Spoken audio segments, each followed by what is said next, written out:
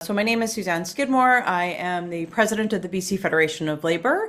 I am acknowledging that I'm on the unceded and traditional territory of the Kakite First Nation. At the BC Federation of Labour, we represent more than 500,000 union members from every sector of our economy and every part of our province. HandyDART services are near and dear to me personally.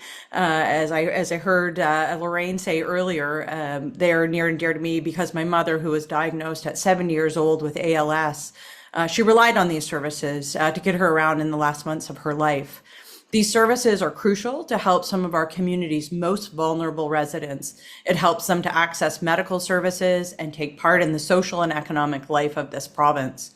But we've seen HandyDART services in the Lower Mainland steadily deteriorate, along with working conditions for 16 years. And it's time to turn the page.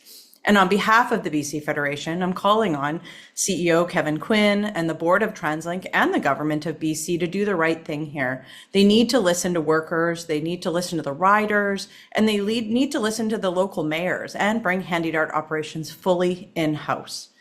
The report you're considering is important, but it's as profoundly flawed as the process that led to it.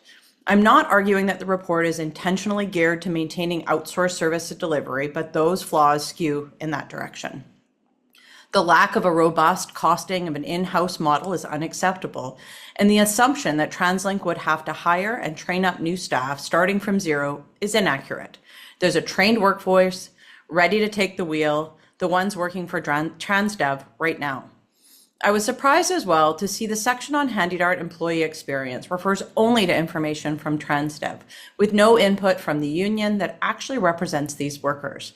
This contractor has had 3 transit strikes in 3 years. That tells you something is very wrong with the employee experience, and nothing in this plan suggests it will get better.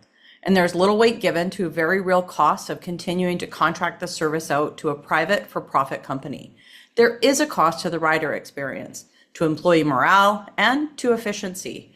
There is a cost as well to rejecting a model that would offer electrification and low carbon fleet potential. And it's completely out of step with British Columbians' desire to invest in the people of British Columbia. And by all means, move ahead with the customer first plan, but deliver it in-house, especially because it relies so heavily on employee satisfaction. This decision has major ramifications for the vulnerable populations that use the service and the workers who deliver it. The only way to proceed that makes sense, that respects your fiduciary duty, and that respects the voices of those who use and deliver HandyDART service is to perhaps divide this motion, approve the customer first plan itself, and then refer the delivery side back to staff to develop a plan to bring the service where it belongs. In-house, in publicly accountable hands. Thank you.